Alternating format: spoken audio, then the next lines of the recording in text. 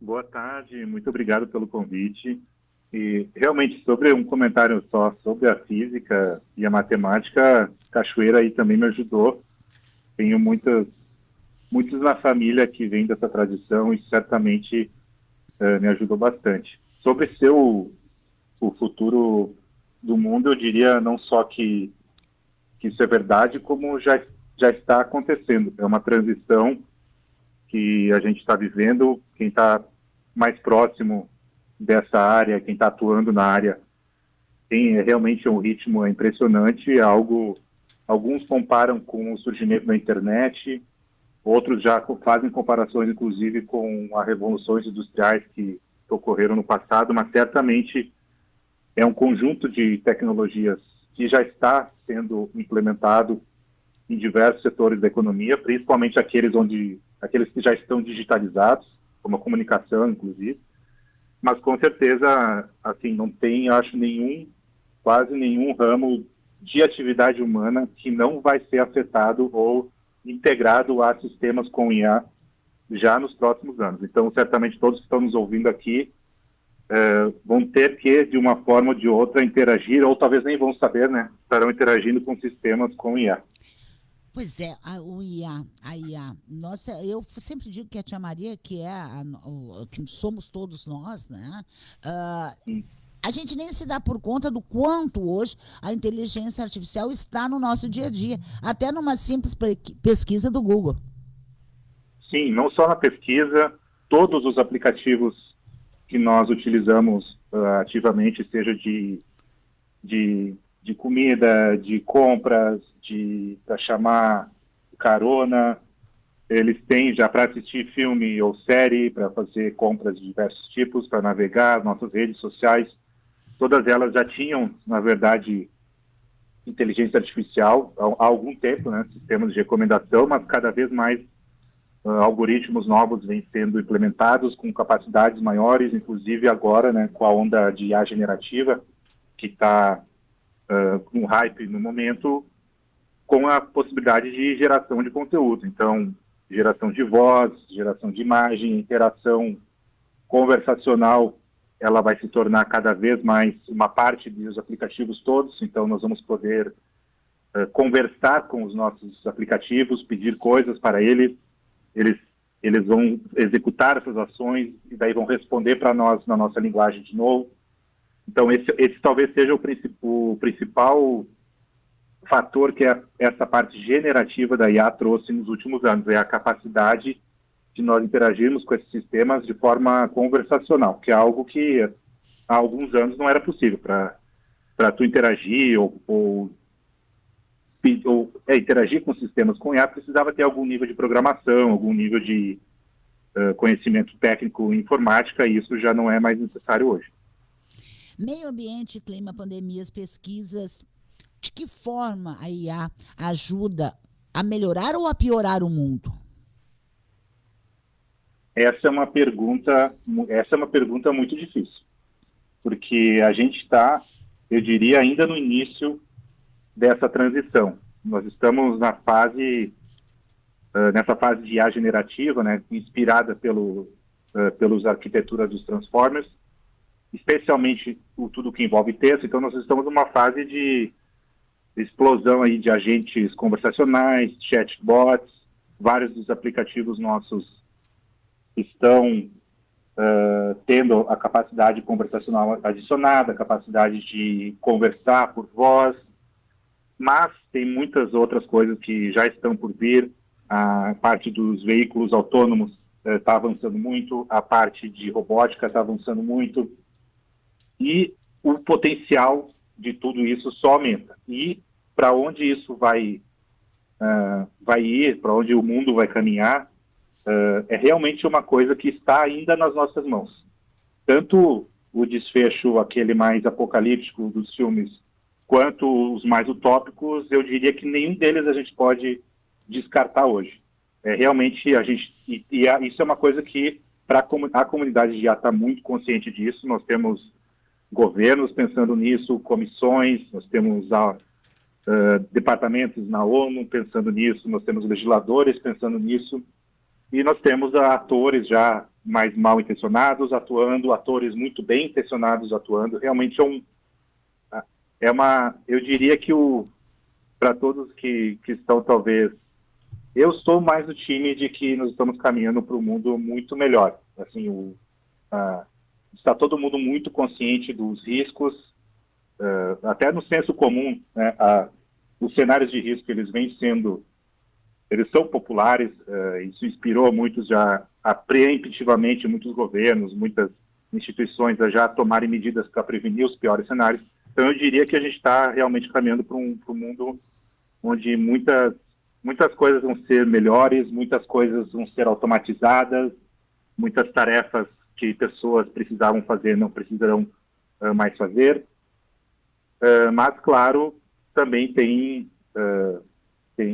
como toda tecnologia, né? Vai ter impactos, vai ter colaterais, vai ter consequências. O principal aqui, eu acho, para nós no Brasil e agora para nós aqui em Cachoeira do Sul, é que realmente as pessoas estão na posição de contribuir. É uma revolução que está começando ainda. Ela vai continuar por um bom tempo, eu diria, no mínimo, sei lá, uns 10 anos, talvez, ou mais. E todos aqueles aí que vão estar agora ingressando no curso, certamente já vão estar atuando em coisas que vão modificar o futuro do país, o futuro do Rio Grande do Sul e talvez inicialmente já algumas coisas aí no município. Pois é, o ADEBS foi criada em 2020, quer dizer, na prática são 5 anos talvez incompletos, e vocês hoje têm um alcance global, têm reconhecimento mundial e estão inseridos aí dentro dos maiores segmentos da inteligência artificial. Foi um trabalho difícil? Olha, essa é uma pergunta que eu acho que muita gente vai dar a mesma resposta. Realmente foi muito difícil, muito intenso, precisa de muita flexibilidade, muita disponibilidade, muita disposição de rever as suas convicções, alterar os seus planos, interagir com as outras empresas e agentes e governos que estão trabalhando, se adaptar, repensar a estratégia. Realmente não foi fácil, mas estamos num momento de muito hype, muito interesse de muitos atores, muitos governos, muitas empresas. Então a gente também estava no lugar certo, na hora certa, com o time certo para se adaptar e conseguir entregar algumas coisas que aceleraram, digamos, o nosso crescimento. Pois é, e hoje um dos desafios, inclusive, é buscar na área da saúde soluções para problemas até então insolúveis, como, por exemplo, o mal de Alzheimer. Vocês ganharam um prêmio com inteligência artificial para pacientes com essa doença. Explica um pouco para a gente o que isso significa e como é que faz. Esse foi talvez o primeiro projeto que deu mais visibilidade para nós. É um projeto que veio lá de 22. Ele iniciou como uma tentativa na Europa. Eles não estavam conseguindo fazer. Alguns dos meus sócios trouxeram esse desafio para nós. E foi uma época pré-chat GPT, então a gente ainda não tinha à disposição essas tecnologias que hoje tornam mais fáceis de encarar esse problema. E o que o sistema faz, ele é capaz de ingerir histórias, seja elas em texto, áudio, vídeo, fotos também, com o detalhe que todas as histórias são histórias contadas por pessoas diferentes sobre uma única pessoa. Essa única pessoa é um paciente de Alzheimer, idealmente,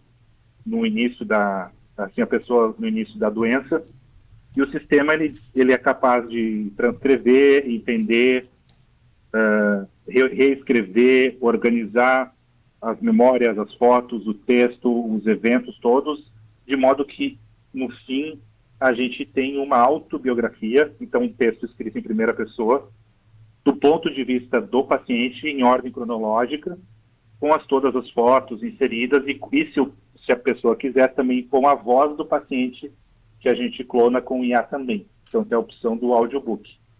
E esse projeto, ele foi muito importante, ele nos garantiu diversos prêmios em Cannes, no festival na França, porque é um case, né, muito forte, obviamente, sim, e porque ele acaba, o ato da família, dos amigos, de todos se reunirem ao longo de várias semanas e meses para construir esse material, ir atrás do material, e o paciente ficar ouvindo o material, isso é uma forma de terapia também, que já tem alguns estudos mostrando que reduz, embora não reduza o progresso fisiológico da doença, reduz o progresso em termos de sintomas.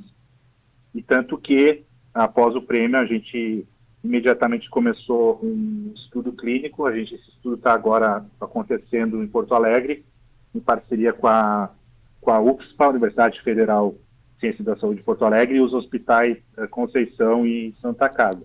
É um estudo que a gente já vai ter resultados ainda esse ano, e é uma coisa que, uma vez os resultados sendo positivos, a gente já pretende investigar a possibilidade, por exemplo, de disponibilizar no SUS, visto que é uma vez, essa é uma coisa, né, da IA, uma vez desenvolvido, o custo, ela é muito escalável. Então, para a gente agora, uma vez que o sistema está validado e testado, disponibilizar para milhares ou milhões de pessoas, é só uma questão de escala mesmo, de infraestrutura. Mas deve dar uma sensação fantástica, não dá? Uma emoção de saber que uma coisa que levaria anos ainda para estudo, vocês conseguiram buscar, através desse projeto, acelerar, né, tudo isso. Não, foi muito gratificante. A gente brinca aqui dentro que, independente do que acontecer no nosso futuro, esse é o projeto que garante o nosso lugarzinho no céu, né? E com certeza, né? Isso, como você disse, depois poderá ser aplicado em larga escala, inclusive no Sistema Único de Saúde. Sim, com certeza. Claro, e por isso o estudo clínico, né? Esse estudo, já temos um outro possível para uma população maior também, que é um requisito, claro, para esse tipo de intervenção, ainda mais intervenções que envolvam IA. Tanto o desenho do estudo, como o artigo que vai sair, e também os critérios para incluir esse tipo de coisa como terapia ou como intervenção, eles são diferentes. É também um terreno novo na área da saúde, o uso da IA. Então, a gente tem que essas etapas para passar, mas a gente está muito confiante. Olha, isso é muito bacana. E eu fui pesquisar sobre a questão dos cursos de ciência de dados, inteligência artificial. Nós temos, Cachoeira do Sul tem o segundo do estado, caso não tenha mudado nada, e o primeiro é o da PUC, né? Sim, a gente tem, assim, especialmente com o surgimento do ChatGPT, ele criou um hype, criou uma produção muito grande de conteúdos, começaram a surgir cursos mais curtos, tutoriais, cursos EAD, mas realmente curso presencial de 4 anos, bacharelado, uma formação mais sólida, pensando em todos os aspectos da IA, são poucos no Brasil. São 19 no Brasil de inteligência artificial e era apenas um no estado, no Rio Grande do Sul, que era o da PUC, e agora são 2 com o campus de Cachoeira. Isso, exatamente.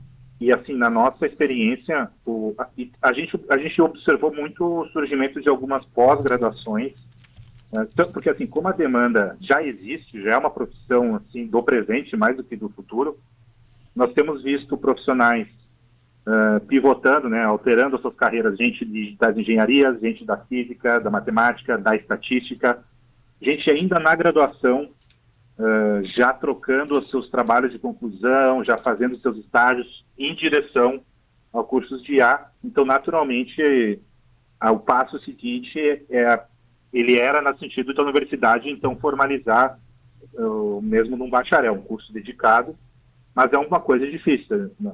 Então, realmente, parabéns aí para a coordenação da UFSM por ter tomado essa iniciativa. E realmente vai ter um impacto, acredito, muito grande.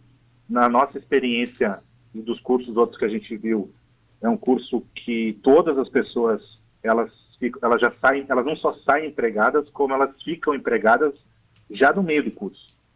Elas já alguns começam a atuar já no primeiro ano do curso. Isso já é uma coisa comum em alguns outros que abriram, dada a demanda que existe para a construção de soluções usando o IA. E aceleramos o processo, porque até algum tempo atrás era a TI, né, que era a profissão do futuro. Agora Sim. é a ciência de dados e a inteligência artificial. Aliás, Sim, nem é mais futuro, certeza. presente, né? Sim. Assim, o curso tradicional de computação, o curso tradicional, por exemplo, de engenharia elétrica, o curso de estatística, eles continuam sendo essenciais, porque justamente a cadeia de IA, a IA ela atua, ela demanda de todas as cadeias, de todas as camadas, desde da parte do fabricação dos chips, das GPUs, dos CPUs, da questão de nuvem, toda a parte de infraestrutura, até a questão teórica dos algoritmos de aprendizado, a parte dos algoritmos estatísticos, né, de aprendizado, que são, no fundo, o que é a inteligência da IA, até a parte da aplicação dos aplicativos, toda a parte de engenharia de software. Então, acaba envolvendo competências que são naturais, por exemplo, do engenheiro elétrico, do estatístico. Então, a demanda também de IA dentro desses cursos vai continuar crescendo por esses cursos também. Não precisa, por exemplo, todo mundo... Agora, havia uma falta de realmente uma demanda por profissionais mais especializados em IA mesmo, na construção de soluções de IA, porque os outros profissionais a gente já tem diversos cursos, diversas universidades formando pessoas. Rodrigo, você é o diretor de tecnologia da empresa, que é um cargo alto executivo, né, que lidera a estratégia tecnológica de uma empresa. Tudo isso a IA foi quem me deu, tá? Mas diga-se de passagem, vocês já ganharam o céu agora com esse projeto do Alzheimer. Mas existe algum outro projeto sendo desenvolvido na área da medicina, na área da saúde, que venha facilitar e venha auxiliar, né, as pessoas com problemas que levariam anos ainda para serem resolvidos? Sim, mas não necessariamente aqui no tratamento em si. Nós temos sistemas sendo implementados no atendimento, principalmente. Então, por exemplo, desde sistemas que auxiliam o médico, por exemplo, nas consultas. Então, um dos nossos sistemas, por exemplo, ele participa das consultas do médico com o médico. Ele acompanha a entrevista em tempo real e ele, então, ele assiste no entendimento da situação daquele paciente, ele busca os protocolos e as diretrizes que se encaixam para aquele paciente naquele local. Ele busca outras coisas que são auxiliares na internet. Ele pode estar integrado com sistemas de prontuário, sistemas de agendamento, dependendo de onde esse profissional está. Nós temos, no caso, por exemplo, do projeto do MP, aí nós temos sistemas apoiando tanto internamente no promotor, no Ministério Público, como externamente sistemas para a população. E no caso da população, também a pessoa ela vai ter um chat, aparentemente, né, um chat conversacional, mas que ele primeiro ele entende aquela pessoa independente do nível formal de educação. A pessoa pode conversar falando, ela não precisa escrever.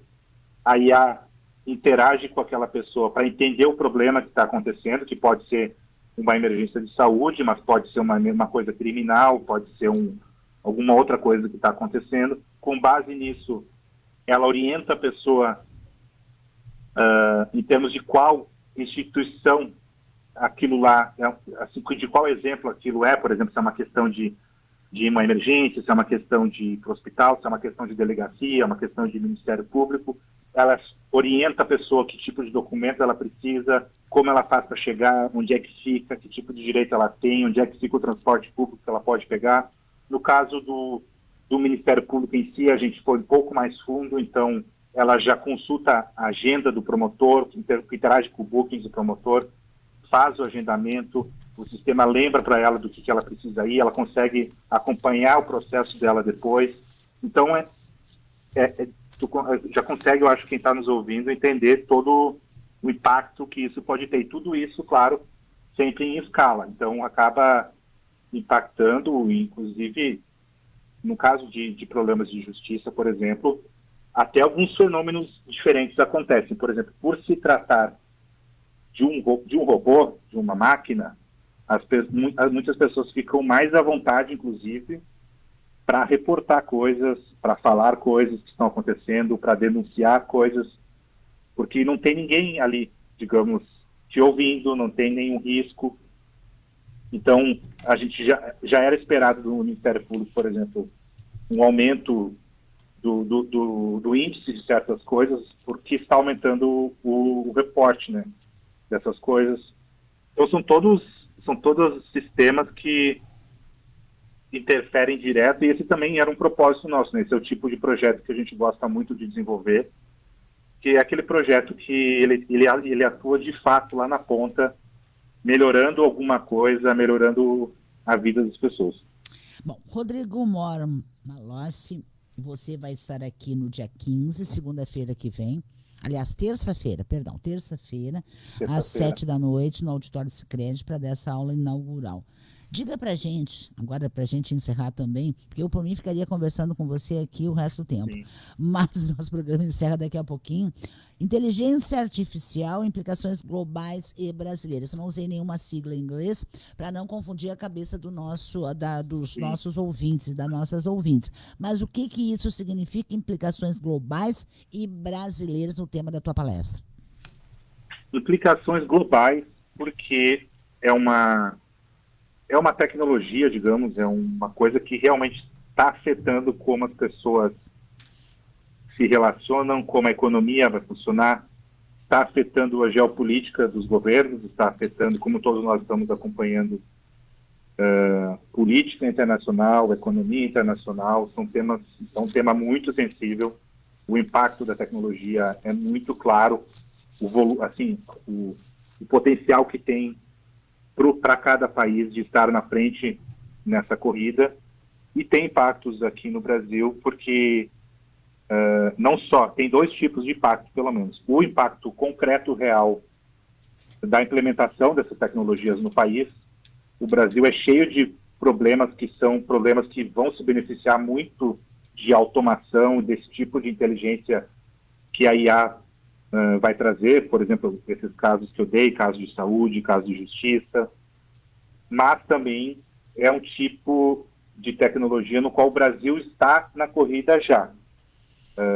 No Brasil, às vezes, a gente tem um pouco essa percepção de que a gente perdeu certas corridas tecnológicas que aconteceram, certas indústrias no Brasil a gente não tem ou não avançaram como avançaram em outros países, mas aqui o Brasil está muito bem na parte de IA, é uma revolução que está no início. Nós temos sim alguns players que estão um pouco na frente, mas o Brasil já tem empresas, universidades, o governo brasileiro está se movimentando e a gente já está na corrida, já somos líderes para algumas coisas. Nós temos países na América Latina se inspirando na gente, buscando nós como referência para desenvolvimento de IA. Nós, inclusive, estaremos no Chile semana que vem, temos outras conversas com outros países para desenvolvimento de IA. Então, nesse sentido, vai afetar o mundo, vai afetar o Brasil, vai afetar a Cachoeira do Sul, e todos nós estamos aqui, quem está nos ouvindo, principalmente aqueles que estão ingressando no curso agora, vão ter a oportunidade, né, o desafio de contribuir positivamente, esperamos, né, para esse futuro. Tá certo, então. Um grande abraço para você. Cachoeira te espera, então, na próxima terça-feira para essa aula inaugural do curso, né, de Ciência de Dados e Inteligência Artificial da UFSM, Campus Cachoeira do Sul. Grande abraço, obrigada por ter conversado com a gente. Abraço, até mais.